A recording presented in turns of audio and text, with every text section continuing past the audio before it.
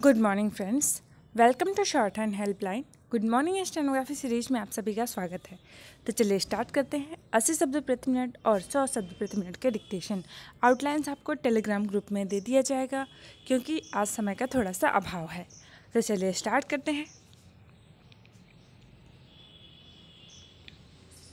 Start. Supreme court ने यह कटाक्ष करके एक तरह से वायु प्रदूषण को लेकर अपनी गंभीर चिंता ही व्यक्त की कि क्या पराली जलाने से कोरोना वायरस मर जाएगा। एक जनहित याचिका पर सुनवाई करते हुए सुप्रीम कोर्ट को यह टिप्पणी शायद इसलिए करनी पड़ी क्योंकि पंजाब में पराली यानी फसलों के अवशेष जलाए जाने शुरू हो गए हैं। पैरा। इससे संतुष्ट नहीं हुआ जा सकता कि उसकी ओर से पंजाब, हरियाणा और दिल्ली सरकार के साथ केंद्रीय वन एवं पर्यावरण मंत्रालय से जवाब मांगा गया है।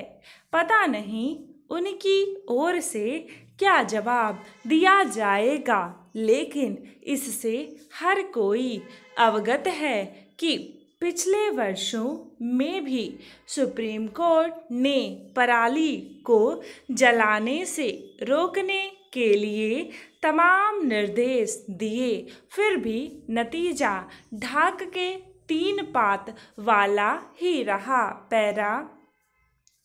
यह घोर निराशाजनक है कि पराली दहन को रोकने के लिए हर स्तर पर प्रयास किए जाने के बाद भी स्थितियां सुधर नहीं रही हैं। हर वर्ष सर्दियों के आगमन के संकेत मिलने के साथ ही दिल्ली और आसपास के इलाके में वायु प्रदूषण के गंभीर रूप लेने का अंदेशा इसीलिए सिर उठा लेता है क्योंकि पंजाब, हरियाणा और कुछ अन्य राज्यों में पराली जलाने का काम शुरू हो जाता है।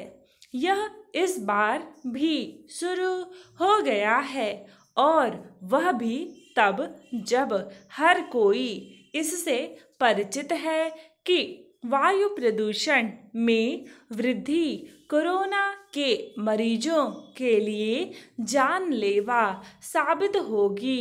पैरा।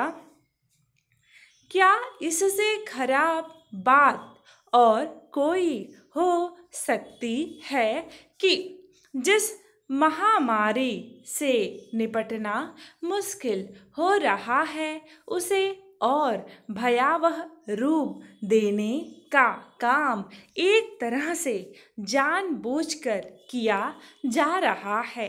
वर्ष दर वर्ष यह काम इसीलिए होता चला आ रहा है क्योंकि जरूरी राजनीतिक इच्छा शक्ति का परिचय देने से इनकार किया जा रहा है।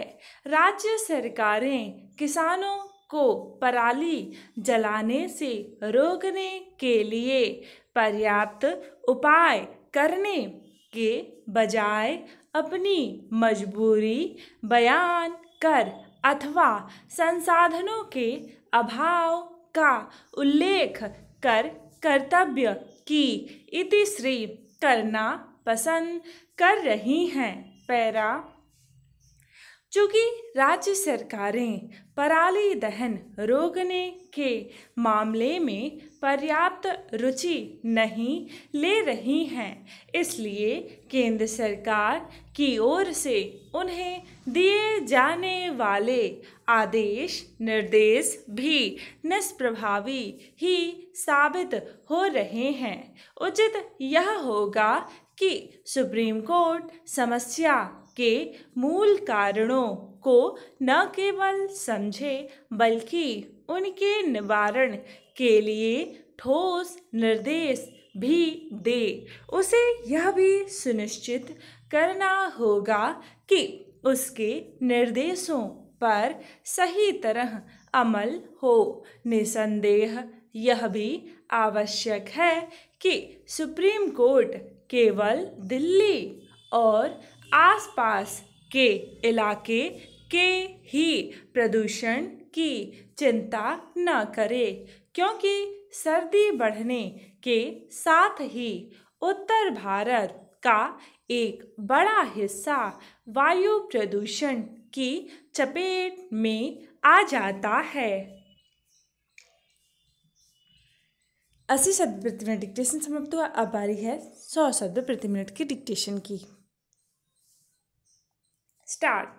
सुप्रीम कोर्ट ने यह कटाक्ष करके एक तरह से वायु प्रदूषण को लेकर अपनी गंभीर चिंता ही व्यक्त की कि क्या पराली जलाने से कोरोना वायरस मर जाएगा। एक जनहित याचिका पर सुनवाई करते हुए सुप्रीम कोर्ट को यह टिप्पणी शायद इसलिए करनी पड़ी क्योंकि पंजाब में पराली यानी फसलों के अवशेष जलाए जाने शुरू हो गए हैं। इससे संतुष्ट नहीं हुआ जा सकता कि उसकी ओर से पंजाब, हरियाणा और दिल्ली सरकार के साथ केंद्रीय वन एवं पर्यावरण मंत्रालय से जवाब मांगा गया है। पता नहीं उनकी ओर से क्या जवाब दिया जाएगा, लेकिन इससे हर कोई अवगत है कि पिछले वर्षों में भी सुप्रीम कोर्ट ने पराली को जलाने से रोकने के लिए तमाम निर्देश दिए, फिर भी नतीजा ढाक के 3 पात वाला ही रहा। यह घोर निराशाजनक है कि पराली दहन को रोकने के लिए हर स्तर पर प्रयास किए जाने के बाद भी स्थितियां सुधर नहीं रही हैं। हर वर्ष सर्दियों के आगमन के संकेत मिलने के साथ ही दिल्ली और आसपास के इलाके में वायु प्रदूषण के गंभीर रूप लेने का अंदेशा इसीलिए सिर उठा लेता है क्योंकि पंजाब, हरियाणा और कुछ अन्य राज्यों में पराली जलाने का काम शुरू हो जाता है। यह इस बार भी शुरू हो गया है और वह भी तब जब हर कोई इससे परिचित है कि वायु प्रदूषण में वृद्धि कोरोना के मरीजों के लिए जानलेवा साबित होगी। क्या इससे खराब बात और कोई हो सकती है कि जिस महामारी से निपटना मुश्किल हो रहा है उसे और भयावह रूप देने का काम एक तरह से जानबूझकर किया जा रहा है। वर्ष दर वर्ष यह काम इसीलिए होता चला आ रहा है क्योंकि जरूरी राजनीतिक इच्छाशक्ति का परिचय देने से इनकार किया जा रहा है। राज्य सरकारें किसानों को पराली जलाने से रोकने के लिए पर्याप्त उपाय करने के बजाय अपनी मजबूरी बयान कर अथवा संसाधनों के अभाव का उल्लेख कर कर्तव्य की इतिश्री करना पसंद कर रही हैं। चूँकि राज्य सरकारें पराली दहन रोकने के मामले में पर्याप्त रुचि नहीं ले रही हैं, इसलिए केंद्र सरकार की ओर से उन्हें दिए जाने वाले आदेश निर्देश भी निष्प्रभावी ही साबित हो रहे हैं। उचित यह होगा कि सुप्रीम कोर्ट समस्या के मूल कारणों को न केवल समझे बल्कि उनके निवारण के लिए ठोस निर्देश भी दे। उसे यह भी सुनिश्चित करना होगा कि उसके निर्देशों पर सही तरह अमल हो। निसंदेह यह भी आवश्यक है कि सुप्रीम कोर्ट केवल दिल्ली और आसपास के इलाके के ही प्रदूषण की चिंता न करे, क्योंकि सर्दी बढ़ने के साथ ही उत्तर भारत का एक बड़ा हिस्सा वायु प्रदूषण की चपेट में आ जाता है। डिक्टेशन समाप्त हुआ। मेक श्योर कि आपने इस चैनल को सब्सक्राइब किया है, और अगर नहीं किया है तो ज़रूर से कर लीजिए। और हाँ, बेल आइकन को ज़रूर दबाइएगा ताकि जो भी वीडियोस हम अपलोड करें उसके नोटिफिकेशन आपको सबसे पहले मिलता रहे। मिलता है नेक्स्ट वीडियो में। टिल देन अपना ख्याल रखिए और वीडियो को लाइक करना और सब्सक्राइब करना और शेयर करना बिल्कुल भी ना भूलें।